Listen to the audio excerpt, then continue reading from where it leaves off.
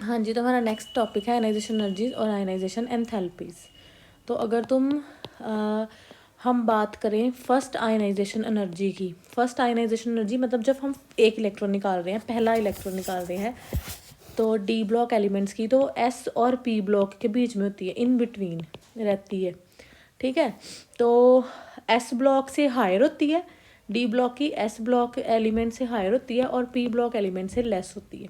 ठीक है, अब आपको पता है आयनाइजेशन एनर्जी जो है, अगर हम एक ट्रांजिशन सीरीज में देखते हैं तो आयनाइजेशन एनर्जी जो है वो क्या होती है, इंक्रीज होती है with increase in atomic number. तो आयनाइजेशन एनर्जी जो है वो क्या कर रही है, इंक्रीज होती है with increase in atomic number. But अगर हम डी ब्लॉक एलिमेंट्स की बात करते हैं तो डी ब्लॉक एलिमेंट्स में यहाँ तुम ये देख पा रहे हो कि स्कैंडियम के केस में 631, ये 656, 650, फिर थोड़ा कम होगी, फिर कम होगी, फिर बढ़ी, फिर बढ़ी, फिर बढ़ रही है, फिर बढ़ी, फिर कम होगी, मतलब इरेगुलरिटीज़ हैं आयनाइजेशन एनर्जीज में यहाँ पर।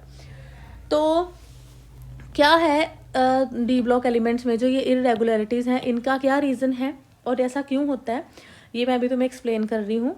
क्या होता है जब अगर हम डी ब्लॉक एलिमेंट्स की बात करते हैं तो जैसे जैसे nuclear charge atomic number increase होता है, एटॉमिक नंबर इंक्रीज हो रहा है, एटॉमिक नंबर इंक्रीज होने से न्यूक्लियर चार्ज इंक्रीज हो रहा है, न्यूक्लियर चार्ज इंक्रीज हो रहा है। तो न्यूक्लियर चार्ज इंक्रीज होने से क्या होता है, साइज थोड़ा छोटा होता है।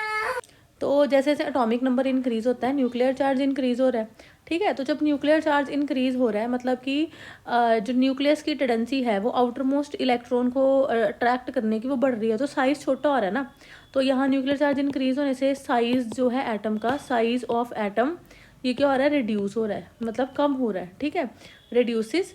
तो क्या हो रहा है जो है आयनाइजेशन एनर्जी जो है, आयनाइजेशन एनर्जी वो क्या आ रही है, इंक्रीज हो रही है। ठीक है, मतलब साइज एटम का कम हो रहा है तो इलेक्ट्रॉन निकालना हमारे लिए डिफ़िकल्ट है, तो आयनाइजेशन एनर्जी हमें ज़्यादा एनर्जी प्रोवाइड करनी पड़ेगी। अब देखो, अब जो हमने देखा था इरेगुलर ट्रेंड, तो वो इरेगुलर ट्रेंड जो है वो किस वजह से है, यहाँ पे क्या है, देखो क्या होता है जब हम एडिशन करते हैं इलेक्ट्रॉन की, डी इलेक्ट्रॉन की, तो जब इलेक्ट्रॉन्स बढ़ रहे हैं, नंबर ऑफ इलेक्ट्रॉन्स इंक्रीज हो रहे हैं, तो वो किस में जा रहे हैं, डी इलेक्ट्रॉन पेनल्टीमेट शेल में जो है इलेक्ट्रॉन जा रहा है। तो वहाँ पे स्क्रीनिंग इफेक्ट की बात करते हैं हम, तो यहाँ पे आ जाएगा कि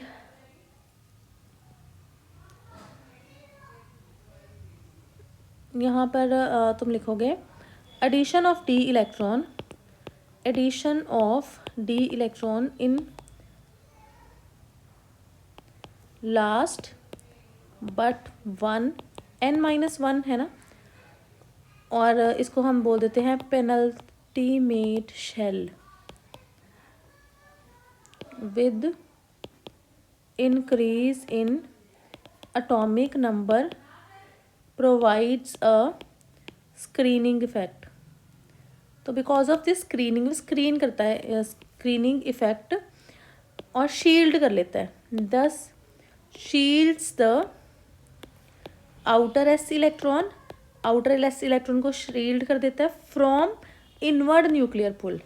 तो वो न्यूक्लियर चार्ज वो डिक्रीज हो गया ना, इनवर्ड न्यूक्लियर पुल, दस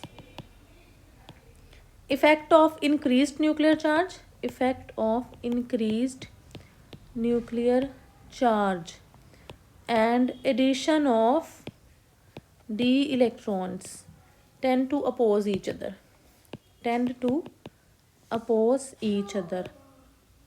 ठीक है, तो ये जो है ये एक दूसरे को अपोज करते हैं, तो इन दोनों के काउंटर इफेक्ट्स के करके आयनाइजेशन एंथैल्पी उसमें लिटिल वेरिएशन रहती है। अब देखो नेक्स्ट तुम देखोगे जो लास्ट है तुम्हारे पास जिंक, कैडमियम और मरकरी। तो जिंक का देखो 906 है, ठीक है, कैडमियम का 876 है। तो इनके केस में बहुत ज़्यादा है, क्यों, क्योंकि इनके फुली फिल्ड है, यहाँ पे फुली फिल्ड है। ठीक है, फुली फिल्ड इलेक्ट्रॉनिक कॉन्फ़िगरेशन है। अगर मैं बात करूँ जिंक की, कैडमियम की, मरकरी की, तो इनकी क्या है, n-1 D10 NS2 fully filled configuration है, तो इनमें से इलेक्ट्रॉन निकालना जो है बहुत मुश्किल है हमारे लिए, बहुत ज़्यादा हमें आयनाइजेशन एनर्जी प्रोवाइड करनी पड़ेगी। ठीक है जी। नेक्स्ट है सेकेंड और थर्ड, अगर मैं आयनाइजेशन एनर्जीज की बात करूँ तो यहाँ पर आप देखो, हाँ, second and third ionization energies जो है वो भी क्या हो रही है, इंक्रीज हो रही है। ठीक है, सेकेंड और थर्ड आयनाइजेशन एनर्जीज भी इंक्रीज हो रही है, बस इसमें भी थोड़ी बहुत ही एक्सेप्शंस हैं। अगर तुम देखोगे क्रोमियम टू मैग्नीज, तो क्रोमियम टू मैग्नीज देखो यहाँ पे जो है 652, यहाँ पे 713, यहाँ पे 685, तो यहाँ पे सेकेंड आयनाइजेशन एनर्जी जो है ये 703 है। ठीक है जी। तो नेक्स्ट तुम अगर कॉपर और जिंक देखोगे तो यहाँ पे 745, यहाँ पे 731, यहाँ पे 90, यहाँ 876 है। तो यहाँ पर क्या है कि जब कॉपर में जब क्रोमियम और कॉपर में से पहला इलेक्ट्रॉन निकल जाता है तो उनकी हाफ फील्ड और फुली फील्ड बन जाती है। तो जब यहाँ पर क्या है, कॉपर के केस में जब हम फर्स्ट इलेक्ट्रॉन निकाल देते हैं तो ये हो जाता है 3d5 4s0, और 3d10 सॉरी कॉपर केस में, और क्रोमियम के केस में ये हो जाता है 3d5 4s0। तो इसके बाद रिमूवल जो है सेकेंड इलेक्ट्रॉन का, ये थोड़ा टफ है, ये सॉरी मैंने इसका बताना था 685 है और ये कॉपर का, हाँ। तो सेकेंड इलेक्ट्रॉन का रिमूवल जो है वो टफ है, तो इसलिए वेनेडियम, क्रोमियम और मैंगनीज, ये ऑर्डर है।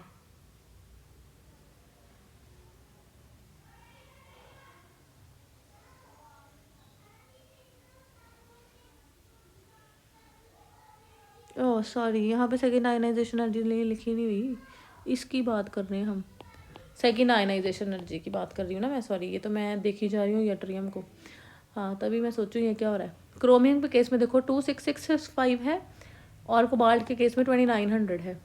ठीक है, और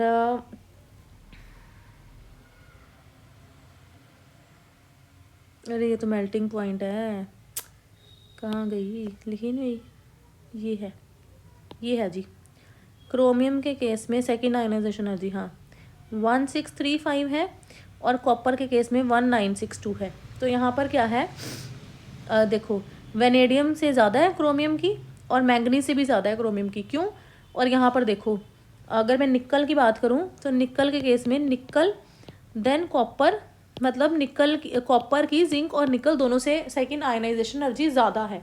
यहाँ पे देखो निकल की 1757 है और इसकी 1736 है, ज़्यादा है दोनों के केस में। क्यों ज़्यादा है, बिकॉज जब इसमें से एक इलेक्ट्रॉन और इसमें से एक इलेक्ट्रॉन निकल जाता है तो इसके पास हाफ फील्ड, इसके पास फुली फील्ड कॉन्फ़िगरेशन आ जाती है, और आपको पता है हाफ फील्ड और फुली फील्ड कॉन्फ़िगरेशन जो है वो ज़्यादा स्टेबल होती है और सेकेंड इलेक्ट्रॉन निकालना ज़्यादा टफ रहता है। ठीक है जी।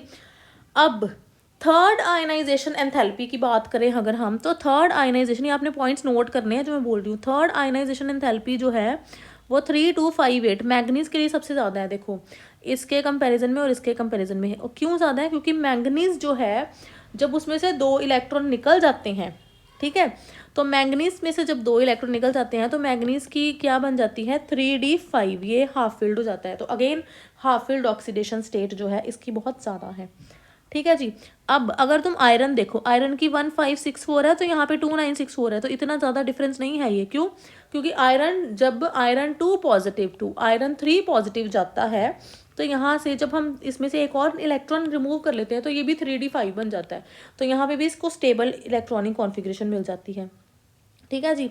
अब उसके बाद हाई वैल्यूज़ जो है तो इसकी तुम बात कर रहे हैं हम, हाँ, कॉपर की और निकल की, ठीक है, और इवन जिंक की, इन तीनों की थर्ड आयनाइजेशन वैल्यू बहुत ज़्यादा है इसके कंपैरिजन में, ऑलमोस्ट डबल है। रीज़न क्या है, क्योंकि अगर इसमें से 2 इलेक्ट्रॉन निकल जाते हैं तो ये फिर इनके पास 3d10 कॉन्फ़िगरेशन आ जाती है ना, पहले तो एस में से निकल जाते हैं, तो यहाँ से जब हमें इलेक्ट्रॉन कॉन्फ़िगरेशन निकालना है तो हमें इस 3d फुली फील्ड में से निकालना है, जो कि जिसके लिए हमें बहुत ज़्यादा एनर्जी चाहिए, आयनाइजेशन एनर्जी रिक्वायर्ड है। तो मतलब कि ये जो है निकल, कॉपर और जिंक जो है, इनकी मैक्सिमम स्टेबल ऑक्सीडेशन स्टेट जो है वो क्या है +2। अब उसके बाद नेक्स्ट बात करें, सॉरी, हाँ, अब इसकी बात आनी है। अब अगर हम बात करें इनकी, इन दोनों सीरीज़ की, तो इनकी हम ऑब्वियसली हाई है, देन 3D इन दोनों की 3D से तो ज़्यादा ही है, ठीक है, बिकॉज ऑफ इनकी ज़्यादा क्यों है इससे, because of weak shielding. Weak shielding जो है न्यूक्लियस की 4f इलेक्ट्रॉन्स, आपको पता है शील्डिंग इफेक्ट जो है f इलेक्ट्रॉन्स का सबसे कम होता है, तो इनकी थोड़ी ज़्यादा क्यों है, इसका रीज़न है because of weak shielding of nucleus by 4f electrons. तो यहाँ पे इसका जो है रीज़न क्या है, first ionization energy of 5D elements are higher as compared to those of 3D and 4D elements. क्यों? Because of weak shielding of nucleus by 4f electrons in 5D elements. Weak shielding है तो उस वजह से क्या होएगा, nuclear charge का effect ज़्यादा होगा, which results in greater effective nuclear charge acting on outer valence electrons, right. तो इसलिए उनकी ज़्यादा है। तो ये था हमारा आयनाइजेशन एनर्जी का कॉन्सेप्ट, ठीक है जी। आयनाइजेशन एनर्जी आई थिंक आपको अब समझ लग गया होगा। तो नेक्स्ट प्रॉपर्टी है हमारे पास standard electrode potential E naught and chemical reactivity. अब आपने इलेक्ट्रोड पोटेंशियल की बात हमने करी थी, रिडक्शन पोटेंशियल, ऑक्सीडेशन पोटेंशियल की बात करी थी इलेक्ट्रोकेमिस्ट्री में, और रिडॉक्स रिएक्शंस में भी हमने इनकी बात करी थी। तो जब इलेक्ट्रोड पोटेंशियल की बात करते हो तो तुम्हें पता है कि अगर ये तुम्हें बताया होगा कि ई नॉट जो वैल्यू है, एक के लिए नेगेटिव है तो एक के लिए पॉजिटिव है, या फिर दोनों के लिए नेगेटिव है, या फिर एक पॉजिटिव है दोनों पॉजिटिव है। दो सेल की अगर हम बात करते हैं, फॉर एग्जांपल यहाँ पे मैं दो मेटल्स ले लूँ, मुझे याद नहीं किसका क्या था, अगर मैं यहाँ पे M1 मेटल ले लूँ प्लस M2 मेटल ले लूँ, तो हाँ जी, तो यहाँ पे देखो इसकी क्या हो रही है ऑक्सीडेशन, इसकी क्या हो रही है रिडक्शन, ठीक है। ये तो मेरे रिएक्शन में पता चल गया। बट अगर तुम्हें रिएक्शन ना दी हो, सिर्फ इलेक्ट्रोड पोटेंशियल दिए हो, तो अगर एक पॉजिटिव है एक नेगेटिव है, तो आपको पता है कि जो नेगेटिव वाला है उस पे क्या हो रही है, जिसकी ई नॉट नेगेटिव उसकी ऑक्सीडेशन हो रही है, जो पॉजिटिव वाला है उसकी जो है, दोनों को कंपेयर करें अगर हम, तो इसकी हो रही है रिडक्शन। अगर दोनों नेगेटिव है तो विच इज़ मोर नेगेटिव वहाँ पर ऑक्सीडेशन होनी है, विच इज़ लेस नेगेटिव वहाँ पर क्या होनी है रिडक्शन।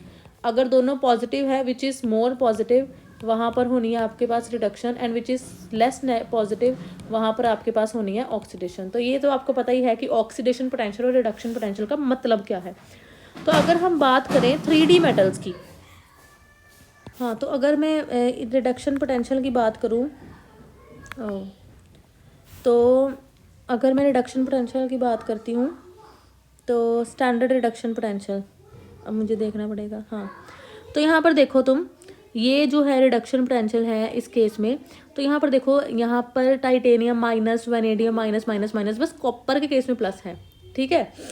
तो यहाँ पर सिर्फ कॉपर के केस में इसकी जो है रिडक्शन पोटेंशियल इस सबके केस में नेगेटिव है, कॉपर के केस में इसका प्लस आता है, ठीक है।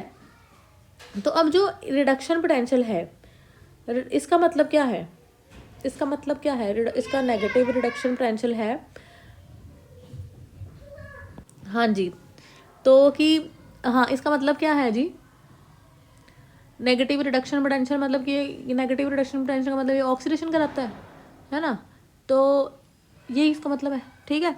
अब उसके बाद एक और चीज़ देखो, अगर तुम इलेक्ट्रोकेमिकल सीरीज तुम्हें याद हो तो तुम्हें पता है हाइड्रोजन के केस में, अगर हम हाइड्रोजन का लेते हैं रिडक्शन पोटेंशियल, तो हाइड्रोजन के केस में जो था, हाइड्रोजन के केस में 0 रहता है, और हाइड्रोजन से नीचे है कॉपर।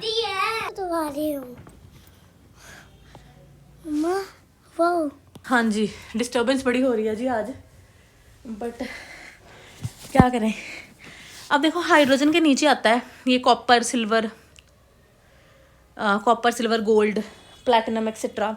तो इसका मतलब क्या होता है कि ये सारे मेटल जो हैं ये एसिड्स के साथ रिएक्ट करके हाइड्रोजन गैस नहीं देते हैं। हाँ जी, तो यहाँ पे देखो ट्रेंड्स जो हैं स्टैंडर्ड इलेक्ट्रॉन, हाँ मैंने ये बोली थी कि जो हाइड्रोजन के नीचे हैं जितनी भी मेटल्स हैं वो रिएक्ट करके एसिड्स के साथ हाइड्रोजन गैस लिबरेट नहीं करती हैं। ठीक है, तो अब देखो यहाँ पे देखो कोई भी रेगुलर ट्रेंड नहीं है, ये यहाँ डिक्रीज हुआ, फिर ये देखो कोई भी रेगुलर ट्रेंड फॉलो नहीं कर रहा।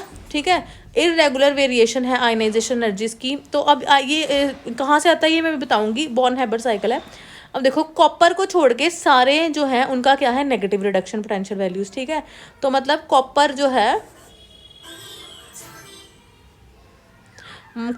है उस वो नहीं, मतलब क्या कि कॉपर जो है वो एसिड्स के साथ रिएक्ट करके हाइड्रोजन गैस नहीं लिबरेट करता, बाकी सारे करते हैं। ठीक है, अब उसके बाद नेक्स्ट क्या है, हाँ तो ये लिखा हुआ है copper having positive E naught value does not liberate hydrogen from acid, it reacts only with oxidizing agent like HNO3 and concentrated H2SO4। ये इंपॉर्टेंट पॉइंट है, इसको इसके रिगार्डिंग क्यों नहीं रिएक्ट करता, क्योंकि इसकी जो रिडक्शन पोटेंशियल वैल्यू है वो पॉजिटिव है। और ये रिडक्शन पोटेंशियल वैल्यूज आपके पास कहाँ से आई है, आपने इलेक्ट्रोकेमिस्ट्री में पढ़ा होगा कि आपने 2 सेल लगाए थे, एक साइड पे आपने स्टैंडर्ड हाइड्रोजन इलेक्ट्रोड लगाई थी और दूसरे साइड पे आपने जिसका निकालना उसको निकाला था। तो आपको पता है फ्लो ऑफ इलेक्ट्रॉन्स को देख के फ्लो ऑफ करंट आप देखते थे, जिस साइड पे आपका सपोज आपका फ्लो ऑफ करंट इधर को है तो आपका flow of electrons opposite side पे है, तो मतलब यहाँ पे इलेक्ट्रॉन्स लिबरेट हो रहे हैं, तो इस पे इलेक्ट्रॉन्स लिबरेट हो रहे हैं, मतलब इसकी ऑक्सीडेशन हो रही है और दूसरे की रिडक्शन हो रही है। तो उसके अकॉर्डिंग स्टैंडर्ड हाइड्रोजन इलेक्ट्रोड के लिए E0 आप ले रहे हो 0 और दूसरे के लिए जितनी आपकी वैल्यू आएगी वो आएगी आपकी सेकंड के लिए। ठीक है, तो ये आपको पता ही है कि अगर E0 वैल्यू सपोज अगर मैं कॉपर की बात करती हूँ तो कॉपर 2 पॉजिटिव टू कॉपर अगर 0.34 वोल्ट है तो कॉपर टू पॉजिटिव जो है वो -0.34 वोल्ट रहती है। ये आपने इलेक्ट्रोकेमिस्ट्री में सारा कुछ पढ़ा हुआ है। तो ये हमने कहाँ से निकाली थी रिडक्शन पोटेंशियल वैल्यूज, ये आपको वहाँ से निकाली थी स्टैंडर्ड हाइड्रोजन इलेक्ट्रोड की, अगर हम बात करें उसके साथ हमने निकाली थी। और आपको ये याद भी होगा कि लेफ्ट साइड पे क्या होती है ऑक्सीडेशन एंड एनोड क्या होती है नेगेटिव, लोन वर्ड आपको याद होगा। और राइट इसके ऑपोजिट राइट पे क्या होती है रिडक्शन, कैथोड क्या रहती है आपके पास पॉजिटिव। ठीक है जी, तो ये आपने वैल्यूज़ वहाँ से निकाली थी। और उसके बाद जो है नेक्स्ट जो चीज़ है वो अभी मैं बता देती हूँ आपको कि अब जो इलेक्ट्रोड पोटेंशियल वैल्यू है ना वो डिपेंड करती है आपको पता है एंथैल्पी ऑफ सब्लिमेशन, मतलब जो हमारा गैसियस स्टेट में है मेटल, एंथैल्पी ऑफ सब्लिमेशन हमारा सॉलिड स्टेट में है तो डेल्टा H सब्लिमेशन ये जाता है मेटल गैसियस स्टेट में, तो delta H sublimation this is enthalpy of sublimation. उसके बाद ये जो गैसियस स्टेट में है तो यहाँ पे ionization enthalpy positive gaseous plus electron, तो delta HI is are ionization enthalpy. उसके बाद ये जो M गैसियस है एक्वास, तो यहाँ पे डेल्टा H हाइड्रेशन, तो इन पे डिपेंड करती है एक्वास प्लस ये हमारे पास है डेल्टा H हाइड्रेशन। ठीक है, तो अगर मैं इसको प्रॉपरली देखूँ तो ये जो है पहले मेटल जो है सॉलिड स्टेट में डेल्टा H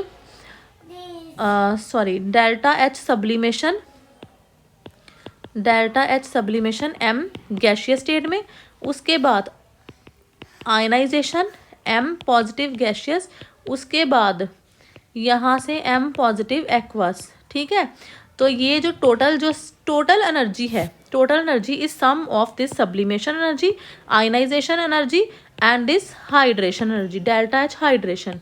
ठीक है, तो टोटल इस पे इसको हम बोल देते हैं born Haber cycle. Total energy जो इस चीज़ पे डिपेंड करती है बॉर्न हैबर साइकिल, तो मतलब इलेक्ट्रोड पोटेंशियल्स जो हैं these are the measure of total energy. ठीक है, these are the measure of total energy जो ये प्रोसेस इन्वॉल्व कर रहे हैं सब्लिमेशन आयनाइजेशन एंड हाइड्रेशन को। ठीक है जी, अब उसके बाद जो स्टेबिलिटी है ट्रांजिशन मेटल आयंस की डिफरेंट ऑक्सीडेशन स्टेज में भी, वो भी किस पे डिपेंड करती है इलेक्ट्रोड पोटेंशियल डाटा पे। तो क्या होगा जी नेक्स्ट जो है यहाँ पे आप लिख सकते हो stability of transition metal ions in different oxidation states can be determined on the basis of the electrode potential data, on the basis of electrode potential data। ठीक है, क्या है जी, लोअर द इलेक्ट्रोड पोटेंशियल, ये बहुत important point है, lower the electrode potential that is more negative the standard, more negative the standard electrode potential of the electrode, जितना ज़्यादा negative है, more stable is the oxidation state of transition metal in aqueous medium। ज़्यादा stable वो जो है aqueous medium पे वो उतना ही स्टेबल है। ठीक है, तो उसके बाद हाँ, उसके बाद देखो मैंने तुम्हें बता दिया था बीच जो हमने देखी थी वैल्यूज़, कोई रेगुलर ट्रेंड तो है नहीं। ठीक है, क्यों, क्योंकि आयनाइजेशन एंथैल्पी का भी कोई रेगुलर ट्रेंड नहीं है, अभी हमने पढ़ दिया, और सब्लिमेशन एंथैल्पी का कोई भी रेगुलर ट्रेंड नहीं है। ठीक है, अब जर्नल ट्रेंड जो है, अब हाँ, कॉपर का इसमें यूनिक बिहेवियर है जो है, कॉपर की अगर हम बात करें, कॉपर का यूनिक बिहेवियर है, इसकी सिर्फ प्लस 0.34 वोल्ट वैल्यू है। क्यों, ये क्या है, ये एक्सप्लेन करता है कि ये जो है it does not liberate H2 gas, does not liberate H2 gas from acids, ये हाइड्रोजन गैस एसिड्स के लिबरेट नहीं करता। ये बहुत इंपॉर्टेंट पॉइंट है जी। Reacts only with HNO3 and H2SO4, oxidizing acids है। ठीक है, H2SO4। ठीक है, अब उसके बाद अगर हम बात करें E0 वैल्यूज़ की, मैंगनीज, निकल और जिंक की, तो मैंगनीज के लिए इट इज़ -1.18 वोल्ट, फॉर निकल it is 0.25 volt, and for zinc इसकी -0.76 वोल्ट है। तो ये मोर नेगेटिव है देन द एक्सपेक्टेड ट्रेंड। क्यों, क्योंकि मैंगनीज के केस में +2 में अगर देखो तो यहाँ पे हाफ फील्ड कॉन्फ़िगरेशन हो जाती है, हाफ फील्ड कॉन्फ़िगरेशन हो जाती है, और उसके बाद जिंक के केस में फुली फील्ड कॉन्फ़िगरेशन हो जाती है। एंड निकल के केस में क्या होता है, निकल के केस में रेगुलर ट्रेंड से इसकी वैल्यू मैच नहीं करती because of high negative enthalpy of hydration, high, मैंने बोला है कि आयनाइजेशन एंथैल्पी जो बॉर्न हैबिट साइकिल पे डिपेंड करती है, high negative enthalpy of hydration, तो इससे है। ठीक है जी, तो अब जो है आपने, हाँ, तो ये है था आपका इलेक्ट्रोड पोटेंशियल। अब उसके बाद है, अब आपको पता है कि जो कुछ मेटल जो इलेक्ट्रो पॉजिटिव होती हैं और कुछ नोबल मेटल्स हैं जो रिएक्ट नहीं करती, उनको हम नोबल मेटल्स बोलते हैं। फॉर एग्जांपल इसमें आता है कॉपर, सिल्वर, गोल्ड, प्लैटिनम, सारी मेटल्स आ जाती हैं। तो अब उसके बाद है बस, हाँ, अब देखो ज़्यादा नेगेटिव वैल्यूज़ इसकी मैंने बताई हैं, इसकी ज़्यादा नेगेटिव वैल्यूज़ बताई है। इसका मतलब क्या है कि इनकी ग्रेटर स्टेबिलिटी है Mn2 पॉजिटिव की, निकल 2 पॉजिटिव की, और जिंक 2 पॉजिटिव की। ठीक है, और बस यही है इलेक्ट्रोड पोटेंशियल। उसके बाद है जी, नेक्स्ट है, हाँ, ऑक्सीडेशन स्टेट्स की अगर हम बात करें तो ऑक्सीडेशन स्टेट में क्या है, ऑक्सीडेशन स्टेट जो है ना, सारे ट्रांजिशन एलिमेंट्स, एक तो तुम छोड़ दो फर्स्ट को और एक तुम छोड़ दो लास्ट को। ठीक है, तो जितने भी ट्रांजिशन एलिमेंट्स हैं उसकी बहुत ज़्यादा नंबर ऑफ ऑक्सीडेशन स्टेट्स ये शो करते हैं। ठीक है, तो यहाँ पे बहुत अच्छे से दिखाया उन्होंने कि 1 है, 2 है, तो ये +2 भी स्टेट करता है, और +3 भी जो है वो शो कराता है। तो यहाँ पे जो ये ब्रैकेट में लिखा है मतलब वो स्टेबल नहीं है, तो यहाँ पे स्कैंडियम की +3 ऑक्सीडेशन स्टेट ही स्टेबल है। तो अब ये वेरिएबल ऑक्सीडेशन स्टेट्स क्यों शो कराते हैं, इसका रीज़न क्या है, इसका रीज़न क्या है कि इसमें इन्वॉल्वमेंट है, is due to the involvement of n-1 d electron outer ns electrons in bonding as the energy of. अब देखो इसकी और इसकी एनर्जी ना नियरली बराबर है, ऑलमोस्ट इक्वल है। तो ये दोनों जो है ऑर्बिटल्स ये इन्वॉल्व हैं बॉन्ड फॉर्मेशन में। ठीक है, तो ये दोनों orbital 3d and 4s both orbitals are involve in bond formation. ठीक है, अब नेक्स्ट अगर हम बात करें कि सिंपल अगर हम बात करें तो 4s में 2 इलेक्ट्रॉन है, तो +2 ऑक्सीडेशन स्टेट तो सबके पास है। +2 के अलावा फिर इसके बाद अंदर से डी से इलेक्ट्रॉन्स निकलने शुरू हो जाते हैं, ठीक है। +3 +4 +5 +7 ऑक्सीडेशन स्टेट भी है इसकी, ठीक है। तो अब मोस्ट कॉमन ऑक्सीडेशन स्टेट की अगर हम बात करें तो सॉरी हाँ, तो अगर मैं बात करूं ऑक्सीडेशन स्टेट्स की में, अगर मैं बात करूं मोस्ट कॉमन ऑक्सीडेशन स्टेट की, तो मोस्ट कॉमन ऑक्सीडेशन स्टेट है फर्स्ट रो ट्रांजिशन एलिमेंट्स के लिए, फर्स्ट रो ट्रांजिशन मेटल्स के लिए +2, ठीक है। स्कैंडियम को छोड़ के, क्योंकि स्कैंडियम के केस में +3 है, ठीक है। तो अब नेक्स्ट है कि उसके बाद नेक्स्ट अगर हम बात करें तो हाँ, अब अगर मैं बात करूं तो अगर +2 एंड +3 ऑक्सीडेशन स्टेट है ना, तो बॉन्ड जो है जो मतलब अगर हम, ये तो आयनिक है, अगर हम हायर ऑक्सीडेशन स्टेट्स की बात करें, हायर ऑक्सीडेशन स्टेट की बात करें, लाइक मैंगनीज के लिए +7 है, तो वो किस में होती है, MnO4 नेगेटिव। आपको तो मैंगनीज की अगर आपको निकालनी है +-8 =-1, तो यहाँ पे जो है +7 ऑक्सीडेशन स्टेट आ जाती है मैंगनीज के केस में। तो यहाँ पे कोवलेंट बॉन्ड बनाता है, फॉर एग्जांपल ये पर मैग्नेट आयन के लिए, तो यहाँ पे कोवलेंट बॉन्ड बनता है, ठीक है। तो मैंगनीज जो ये +2 से +7 सारी ऑक्सीडेशन स्टेट्स शो कराता है, ठीक है। अब नेक्स्ट है मैंने बोला एक्सट्रीम एंड्स पे, मतलब स्टार्टिंग पे और लास्ट पे जो है, स्टार्टिंग पे और लास्ट पे ऑक्सीडेशन स्टेट्स जो है अभी वो कम है, ठीक है। यहाँ पे +2 है, तो यहाँ पे क्योंकि इनके पास देखो अगर ये 2 इलेक्ट्रॉन कर देगा तो यहाँ पे फुली फील्ड है ना, तो इसको क्या जरूरत है पंगा लेने की, तो इसके पास ऑलरेडी फुली फील्ड है, बच गया, तो स्टेबल है ये। अब यहाँ से 2 दे देगा, 1 दे देगा, उसके पास इलेक्ट्रॉन्स नहीं बचेंगे, यहाँ पे 2 ही हैं, 2 और 2 ये 2 देगा, 2 बच, मतलब +2 शो करेगा, यहाँ +3 शो करेगा, +4, इसके अलावा इसके पास इलेक्ट्रॉन्स ही नहीं है। और यहाँ पे ये फुली फील्ड अटेन कर लेता है, यहाँ से एक इलेक्ट्रॉन निकाल के फुली फील्ड है, फिर 2 निकालता है, ठीक है। तो मतलब वहाँ पे या तो अवेलेबिलिटी ऑफ इलेक्ट्रॉन्स नहीं है, तो या फिर वो हाफ फील्ड और फुली फील्ड है, तो इसलिए एक्सट्रीम एंड्स के ऊपर ऑक्सीजन स्टेट्स जो हैं वो ज़्यादा नहीं है, ठीक है जी। उसके बाद नेक्स्ट है, अगर हम तुम देखो तो यहाँ पे इंक्रीज होती है number of oxygen state manganese तक, उसके बाद डिक्रीज होती है, ठीक है, ये है। अब ये क्यों होता है, ये क्यों इतनी ऑक्सीजन स्टेट है, because of incompletely field D orbitals, ठीक है। तो ये रीज़न है इसका बाद। उसके बाद है क्या रीज़न,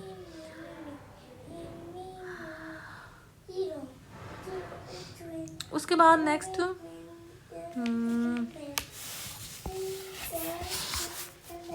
नेक्स्ट क्या है, एक मिनट, हाँ, उसके बाद एक इम्पॉर्टेंट पॉइंट है कि जो डी ब्लॉक एलिमेंट्स में हायर ऑक्सीडेशन स्टेट्स है ना, हायर ऑक्सीडेशन स्टेट्स हैं, वो are more stable for heavier elements, are more stable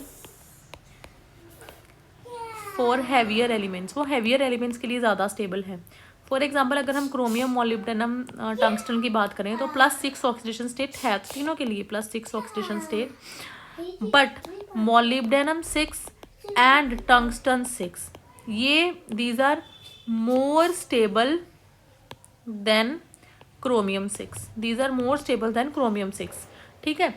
और इसी रीज़न के लिए क्रोमियम 6 जो है ये किस में आता है, डाइक्रोमेट, Cr2O72 नेगेटिव डाइक्रोमेट में है, तो this is a very strong oxidizing agent in acidic medium, oxidizing agent है, ये ऑक्सीडेशन कराता है इन एसिडिक मीडियम, ठीक है। और अगर हम मॉलिब्डेनम की बात करें, मॉलिब्डेनम और इसकी बात करें तो ये नहीं है, ठीक है। तो अगर ये higher oxidation state heavier elements के लिए ही ज़्यादा तक स्टेबल है। अब उसके बाद ऑक्सीडेशन स्टेट जो है मेटल की, वो किसी सॉल्वेंट में, नेचर ऑफ सॉल्वेंट पे डिपेंड करती है। अब ये डिपेंड करता है कि जो पर्टिकुलर मेटल है एक पर्टिकुलर ऑक्सीडेशन स्टेट पे ऑक्सीडेशन कराएगी या रिडक्शन कराएगी उस सॉल्वेंट के ऊपर। अब अगर हम बात करें copper positive, it is unstable in water, copper positive is unstable in water because it में अंडरगो ऑक्सीडेशन। अब अगर कॉपर 2 पॉजिटिव है तो it is stable in water, तो ये स्टेबल है वाटर में, ठीक है। तो मतलब copper positive is unstable in water but copper positive is stable in solvent पे डिपेंड कर रहा है। सिमिलरली अगर हम Fe2 पॉजिटिव की बात करें तो it is unstable in aerated water, इसकी अनस्टेबल इन, अभी हम तुमने कभी सुना होगा लैब में अगर काम कर रहे हो तो टीचर तुम्हें बोलती है कि फेरस सल्फेट तुम्हारा फ्रेश होना चाहिए, क्यों, क्योंकि पड़ा पड़ा वो Fe3 पॉजिटिव में हो जाता है, ठीक है। तो रेटेड वाटर मतलब जिसमें एयर घुली हो, मतलब ठीक है। तो क्यों इसमें क्या हो जाती है, it undergoes oxidation in it, इसकी ऑक्सीडेशन होती है, अंडरगोस ऑक्सीडेशन इन इट, ठीक है। अब उसके बाद ये पॉइंट हो गया। अब नेक्स्ट पॉइंट है, अगर एक एलिमेंट एक से ज़्यादा ऑक्सीडेशन स्टेट में है, फॉर एग्जांपल कॉपर पॉजिटिव भी बनता है, आपको पता है कॉपर पॉजिटिव में एक इलेक्ट्रॉन डालो तो कॉपर बन जाता है। तो इसके लिए ई नॉट रिडक्शन क्या है, 0.52 वोल्ट। अगर हम कॉपर 2 पॉजिटिव में डाल रहे हैं, 2 इलेक्ट्रॉन डालने पड़ेंगे कॉपर, तो इसके लिए E naught value, E naught reduction क्या है, 0.34 वोल्ट।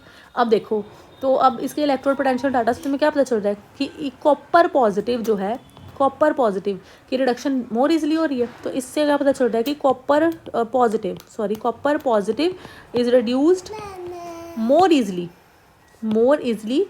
ठीक है ना। इसके रिडक्शन पोटेंशियल देखो ज़्यादा 0.52 वोल्ट है, and hence it is less stable than copper 2 positive, और ये लेस स्टेबल है देन कॉपर 2 पॉजिटिव, ठीक है। अब उसके बाद ऑक्सीडेशन स्टेट जो है और किस चीज़ पे डिपेंड करती है, तो साथ वाले एटम्स कौन से हैं, ठीक है। अब देखो कंपाउंड्स जो बन रहे हैं तुम्हारे पास फ्लोरीन और ऑक्सीजन के साथ, ठीक है, उनके साथ हाईएस्ट ऑक्सीडेशन स्टेट होएगी, उनकी highest oxidation state mostly oxygen और फ्लोरीन के साथ रहती है। क्यों? क्योंकि इनका साइज़ बहुत छोटा है, और ये मोस्ट इलेक्ट्रोनेगेटिव एलिमेंट है फ्लोरीन, आपको पता ही है, और इसका साइज़ बहुत छोटा है। तो ये हम देखते हैं,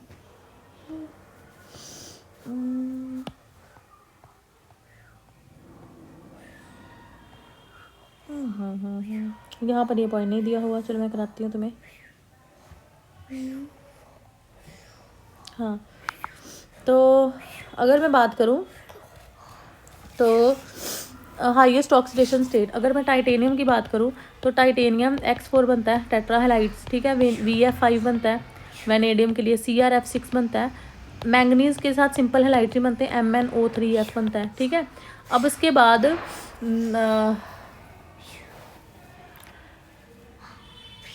अगर मैं बात करूँ FeX3 और COF3, तो हाईएस्ट ऑक्सीडेशन स्टेट जो है वो जनरली स्टेबल होती है विद फ्लोरीन, ठीक है। क्यों? Because of higher lattice energy, ठीक है। फॉर एग्जांपल VF5 CrF5, ठीक है, ये सब कुछ बनता है। तो मतलब कि अगर हाईएस्ट ऑक्सीडेशन स्टेट है तो उसमें कुछ ना कुछ फ्लोरीन और ऑक्सीजन, ठीक है, फ्लोरीन और ऑक्सीजन लगाना चाहिए हायर ऑक्सीजन स्टेट में, क्योंकि दोनों छोटे हैं और ज़्यादा इलेक्ट्रोनेगेटिव एलिमेंट्स हैं। अब उसके बाद वैनेडियम की बात करें, अगर हम वैनेडियम की +5 ऑक्सीजन स्टेट शो करता है VF5, ठीक है। तो अगर इसकी हाइड्रोलिसिस कराएं तो ये VOX3 भी शो करता है बाकी हेलाइड्स के साथ, बट फ्लोरीन के साथ ये VF5 शो करता है, तो इसमें इसकी ऑक्सीजन स्टेट +5 है, ठीक है। और उसके बाद 1 मिनट, अगर हम बात करें लो ऑक्सीडेशन स्टेट की, तो फ्लोराइड्स उसमें अनस्टेबल हैं, ठीक है, okay. For example titanium TiX2 VX2 CuX, इसमें X क्या है, chloride, bromide, iodide, but not fluoride, but not F negative, ठीक है। तो लो ऑक्सीडेशन स्टेट्स में फ्लोराइड जो है वो क्या है, अनस्टेबल रहते हैं, ठीक है, लो ऑक्सीडेशन स्टेट में, ठीक है। और अब हाँ, बट कॉपर वाला जो CuFT ये स्टेबल है, ठीक है। उसके बाद ओके, अब जो कॉपर 2 पॉजिटिव है, आपको पता है कॉपर नहीं पता है शायद, कॉपर 2 पॉजिटिव जो है वो क्या करता है, ऑक्सीडाइज कर देता है आयोडाइड को आयोडीन में। ओके बेटे 1 मिनट, तो ये जो है इसकी बैलेंस्ड केमिकल इक्वेशन ही मैं लिख रही हूँ। तो यहाँ पर देखो ये आयोडीन दे रहा है, तो यहाँ पर ये क्या है, जो कॉपर 2 पॉजिटिव स्टेट में है, तो यहाँ पे कॉपर जो है 1 पॉजिटिव स्टेट में है, तो it is more stable and it is less stable, तो ये इसको कन्वर्ट कर रहा है, ठीक है। तो और भी ऑक्सीडेशन स्टेट्स की जो हैं वो हम डिस्कस करते हैं। मैं इस लेक्चर को यहीं पे क्लोज करती हूँ। तो आपको पता ना चाहिए कि जो ऑक्सीडेशन स्टेट्स है कॉपर के केस में, सॉरी कॉपर केस में नहीं, ट्रांजिशन मेटल्स के केस में ये बहुत सारी ऑक्सीडेशन स्टेट्स शो करते हैं, ठीक है। तो मैंने इसके पॉइंट्स डिस्कस कर दिए हैं, जो एक आध पॉइंट छूट गया वो हम क्वेश्चंस में ही डिस्कस कर